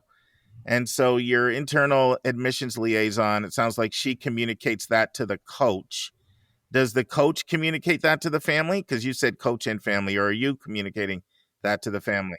That's really on a case-by-case basis. Okay. Sometimes Elena would have a relationship with the student athlete also, Okay. and she communicates the information.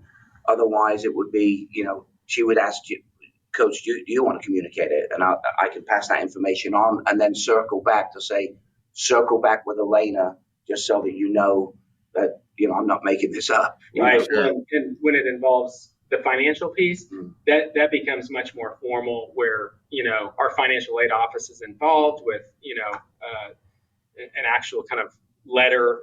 And so that tends to be happening or handled more with Elena and financial aid to the family.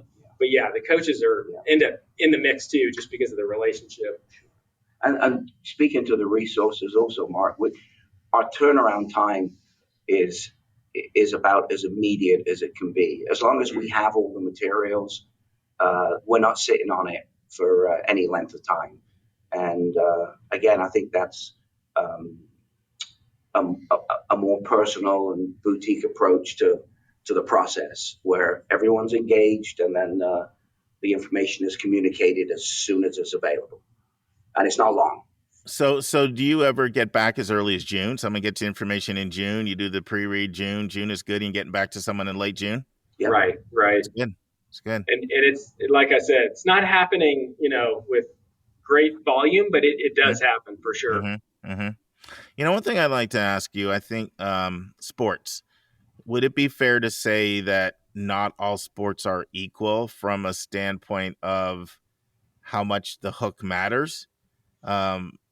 Certainly in a lot of schools, football, basketball are like revenue producing sports and spectator sports, and then some cases maybe soccer or baseball, or like that bring either because they're bringing the crowd together and versus somebody running cross country out in the woods. I ran cross country in high school, and I did track in college, so I'm not putting that down. But are there some sports where, boy, if we can get an athlete in this particular sport, it's going to matter a little bit more, and maybe that carries a bit more weight in the process? Because certainly that's the norm at most schools. Comfortably, Mark, I can share that we have equality across the board. Doesn't matter the sport, doesn't matter the athlete, doesn't matter male, female. It is they're all treated very much the same. In some sports, like for instance, I'll just say it because there's football, they might be absent a quarterback, and so if it's like we got to get a quarterback, and it's a kind of an extreme example, but I think it's important, because I think that just if people want to understand athletic, I think it's important to understand that there's sometimes an athlete is more valuable. Maybe it's you desperately need a quarterback, or maybe wow, we're graduating, so many football players, or maybe it's another sport, or maybe, boy, we're just totally not competitive in this sport. So, it should be a priority to upgrade in this area, and it might carry a bit more weight than in other circumstances. Not to say people aren't qualified. I'm not talking about unqualified applicants. Right. I don't know if you would agree with that or not, but I feel like what I'm describing is the norm for most institutions. Yeah, and I'm thinking about it through the admissions lens when we're sitting around the table making decisions and talking. I was thinking the exact same thing about more position-based and less sport, at least for us. But I can see how institutions, if they're starting lacrosse or something like that, new program, But it's very similar to fine arts. I mean, we have fine arts liaisons, and they'll tell us too, hey, we're graduating all of our bassoonists, like we need to reload this year. And all of a sudden that becomes maybe a larger hook. Yeah. We hope you'll join us next week for the final part. And now it's time for our College Spotlight of the Week.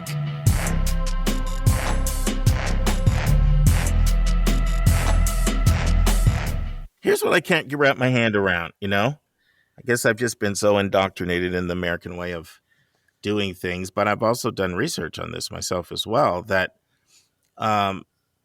your performance in the classroom takes into consideration if you're organized, motivated, disciplined, and, in some cases, relationships with teachers and things like that. There's a kid out there that tests well, but they don't turn their work in, Right. Because of either serious organizational issues, motivational issues, mental health struggles, or learning difference issues. So how does a system that's based just on doing really well on a test take that into account? We always say over here, how you do over 4 years is a much better predictor than how you do in 4 hours. And I believe that to my core. It seems like it's almost the opposite thinking over there. How do they, safeguard themselves from getting the kid that tests well, but like I said, either lacks motivation, organization, or because of learning challenges, doesn't perform well?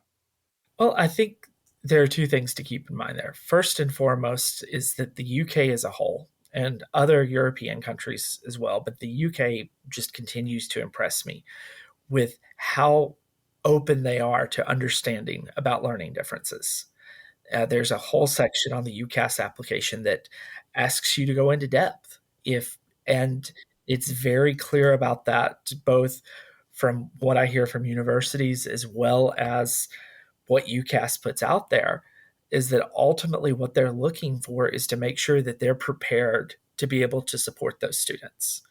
And things like executive function skills are listed on there. So that is something to do. Also, the way that the UK educational system works once you're in a university program does tend to lend itself a bit more towards, depending on where you go and what you do, towards those few tests a year. Sometimes when you take a look at a place like Oxford or Cambridge, sure, you have tutorials every week. And if you don't show up prepared for a tutorial, you're going to hear about it from your tutor, and he or she's not going to have a problem letting you know that they're disappointed.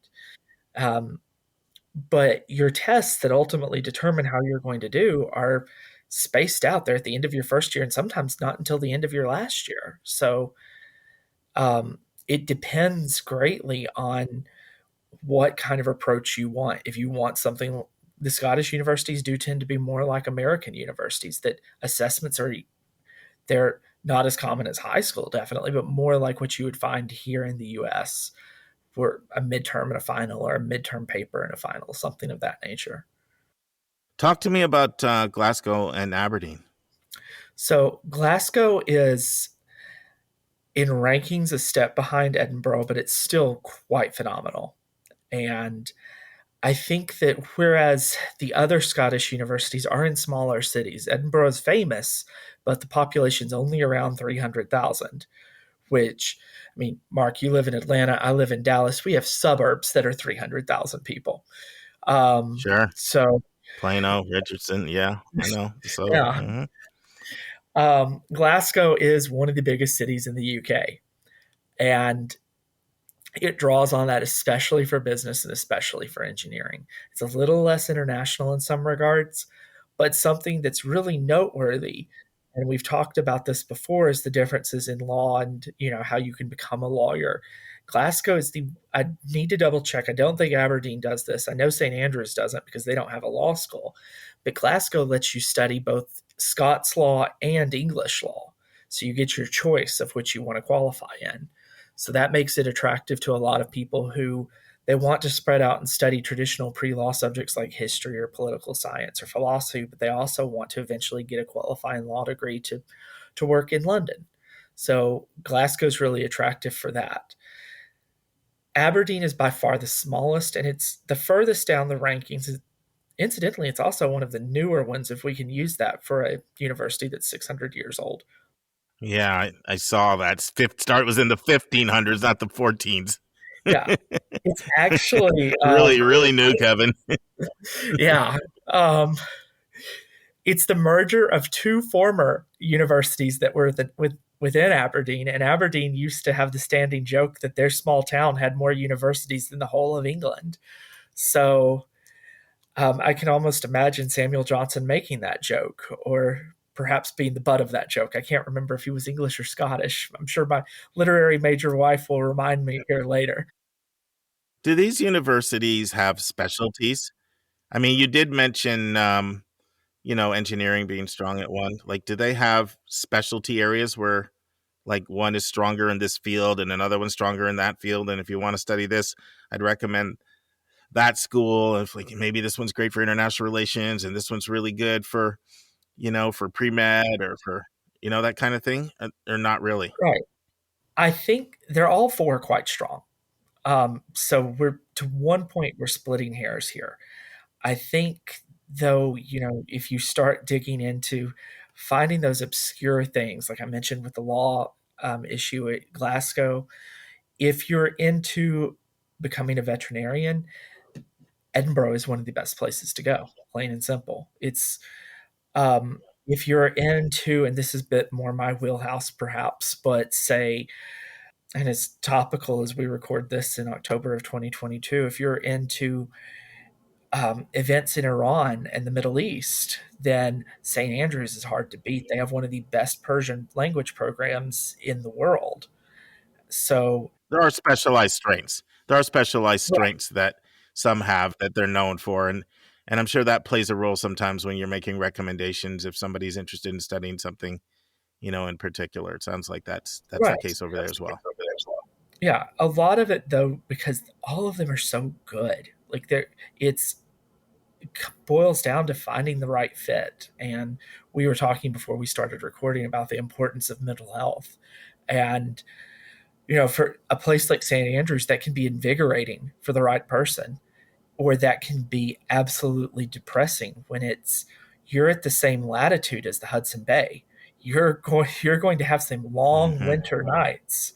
So making sure that that's a good fit for you is vital.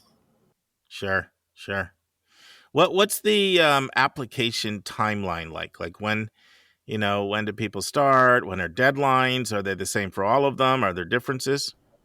So the good news is that typically I recommend applying through UCAS, and you can Sure. apply officially as late as January 25th or 26th. It shifts every year. And it's the same UCAS application you would apply to elsewhere. It's around $30 to apply to up to 5 programs. You can apply to multiple programs at each university. They ask that you do email their admissions office and let them know what your preference is, so that suddenly you're not sitting with acceptances in biomedical science and biomedical engineering or medicine at a place like Edinburgh, where they only have so many spots for those courses, so that they can just go ahead and give you the one you want if you're accepted. And you hear back around mid-March or so. You can apply earlier if you want to. Sometimes, and this is one of those occasions where the Common App can be your friend, which I know, Mark, you're bracing yourself to hear me say. If you need an answer back from St. Andrews quickly, and it's the only UK university you're interested in, use the Common App or use St. Andrews Direct app. Okay, Kevin, obviously we got a crowd of people that are very admission savvy, a lot of parents of 9th, 10th, 11th graders and some 12ths. And so people are in admissions mindset. So why don't you talk to us a little bit about a couple things, and I'll let you go whichever order you want, but admissions timeline and admission process. Yeah, so the admissions process in Scotland can take a number of different routes, depending on which university you're looking at. By far, and I don't think this comes as a surprise to anyone, the one that I recommend above all else is the UCAS application. It's around $30 US, $35 US, depending on the exchange rate to apply to, and you can apply to 5 different programs. It's also the one that they are most used to receiving and does demonstrate some level of demonstrated interest. That said, if you're only interested in applying to one university or one program, a number of universities, including St. Andrews, do have you can apply directly to them. And finally, some of the schools in question are on the Common App. So again, there are pros and cons to using the Common App, and we can talk about those at another time. But as for the timeline... Can I ask you something? Sure, please. Do you feel there's no difference from a standpoint of one helping increase your chances? Because that's how parents think when you talk that. Like, well, which one helps me, gives me a better chance? Is it is there no correlation there? It's just like what's going to either be more convenient or cheaper or less work, or is there also, no, they kind of like this one? So I think typically they kind of like UCAS, but at the same time, if you are a student who doesn't have, shall we say, UCAS traditional qualifications, so you've not taken a lot of AP or IB or even honors level courses, then maybe the Common App's the way forward for you. So again, that's almost a case by case thing, but for most students, it's going to be UCAS as being the most effective way. As for the cost, I don't have the other figures right in front of me, but I can tell you that to apply for Common App or to apply for St. Andrews through Common App is something like $50. So, if you're in the business of saving $20 for a little bit of frustration, that could be something to consider. But also, again, I think that it just goes towards demonstrated interest that you're playing on their playing field when you use UCAS. I find people in general like two things. They like what they get the most because we're all creatures of habit and you just get really comfortable with the application. And then people can like their own because it's sort of, especially, it can feel a little bit like, I guess it's a demonstrated interest thing. Like if they're doing our own, they must be interested. But I think the first really trumps it, what they get the most. And on the Common App side, like schools are not allowed to do that. They're not allowed on the U.S. side to give preference to one application over another. Now, back when NACAC was more of an enforcement agency, that, there was a little bit more teeth there. But anyway, just thought I'd ask. No, it's a great question. And, there's definitely, they're not supposed to, certainly, but it still can sneak in sometimes. Of course, there's a chance that I'll receive an angry email from a St. Andrews admissions representative saying we would never.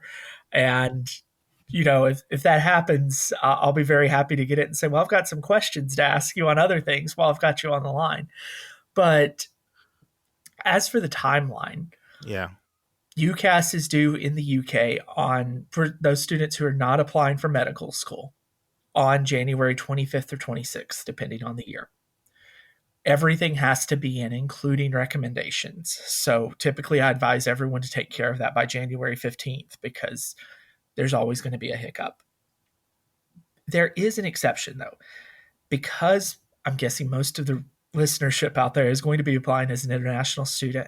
They do keep programs open until June 30th. However, you don't get equal consideration. So if you're applying for something like law at Edinburgh or classical studies or history at St. Andrews or something that's pretty competitive, international relations at St. Andrews, for goodness sakes, you want to be in by January 25th. If you're applying to something that's less competitive, you can wait up until that June 30th deadline, but they may have already filled up their spots. This is especially going to be true at St. Andrews and to a lesser degree at Edinburgh and Glasgow, but for Aberdeen and Dundee, less so. So they do tend to have spots open that late and occasionally spots open even in the clearing process that I think we're going to talk about soon, right, Mark? Sure. Now, you listed a couple other questions in me with your answer there. Okay. One is the timeline the same for all of them, or does it, like, here in the U.S., different schools have different deadlines for everything? Is it standardized deadlines? And then part two, by you saying competitive program this, competitive program that begs the question, how can somebody know which programs are more competitive than others? Great question. So it is a standardized admissions process with the rest of the UK. So the Scottish universities, again, just talking about those 4 or 5 that have that historical leaning that we'll get to here in a couple of minutes, that I've been itching to talk about because I know you are. Nerd. But they do have that standardized process with the rest of the UK. Now, as for more competitive, this is a time where you look at their websites. Some of them will publish the acceptance rate. Some of them will publish the applications per spot. Some of them, they're just going to be a bit more vague and say if it's a competitive program or not. typically speaking, the admissions rates are, again, not to beat this drum too loudly, are considerably higher than they are in the US for a number of different reasons.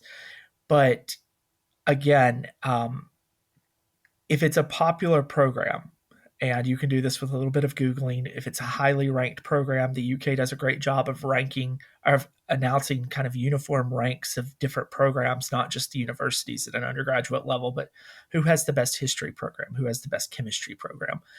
If it's in the top 5 or so, those spots are likely to fill up. Now, again, as an international student, you do have a number of advantages. You do bring a certain amount of diversity to campus.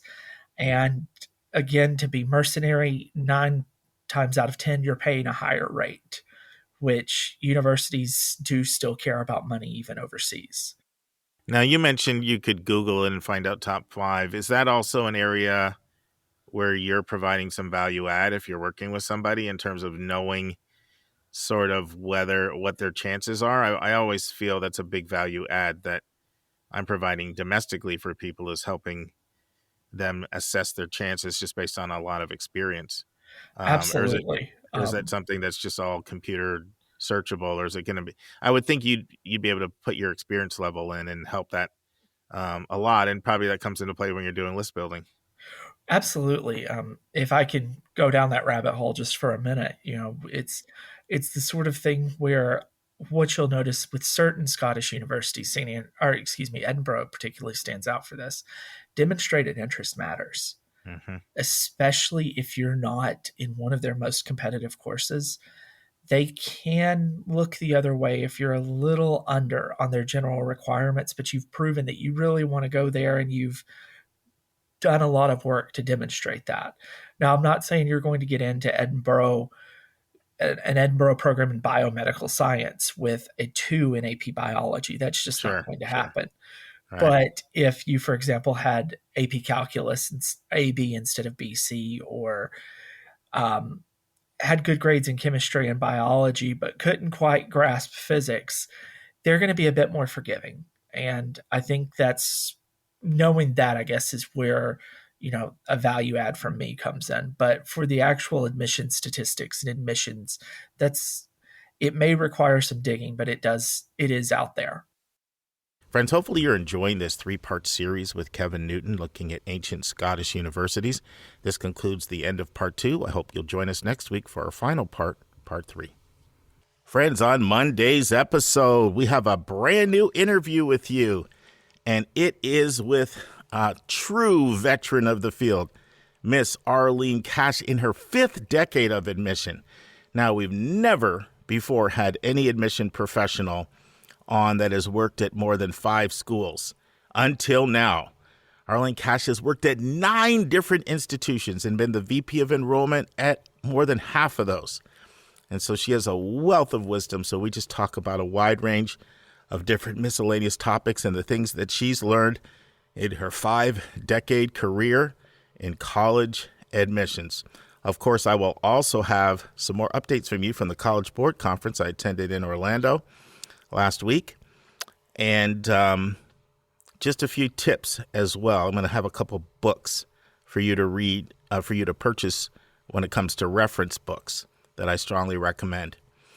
Friends, if you were ever to email me, which a lot of you have, you will notice I have the same thing at the bottom of all of my emails, and I want to read it to you now because it's something that's very special to me. And it simply goes like this: your attitude, not your aptitude, will determine your altitude. Did you catch that? Your attitude, not your aptitude, will determine your altitude. See you on Monday, everybody. And that's our show. A big thank you to you, our listeners, for tuning in this week. If you find this podcast helpful, please follow us and you'll get every single episode as soon as it is released. If you're interested, there are a few ways you can really support our podcast. You can click the share button and send it to your friends and acquaintances. You can help us pay our staff and our expenses by donating on our website. You can write a review for us on Apple or Spotify. I'm the producer of the podcast, but we have a fantastic team of 14. Shout out to our co-host, Dr. Lisa Ruff, Dr. David Williams, Susan Tree, Vince Garcia, and Julia Esquivel. And to our substitute co-host, Sylvia Borgo. Our sensational sound engineer is Nemanja Motvich. Our amazing music is from Victor Allen Weeks. Marketing designs are from Kimberly Blass. Lily Parikh manages our Instagram. Our image editor is Talha Khan. Joyce Ducker does our website episode updates. And our webmaster is Stelianos Dimitriou. If you want to have a coaching session with Lisa or me, just text me at 404-664-4340. If you have a question you want us to answer, or if you have a recommended resource or article you think we should discuss, just send it to questions@yourcollegeboundkid.com. By the way, check out our website, where you'll find lots of content that is not on any podcast app. Our website is yourcollegeboundkid.com. If you want to learn about other hot admissions topics, follow us on Twitter at YCBK Podcast. We think of you as our listening family, and we look forward to meeting again with you every single Thursday.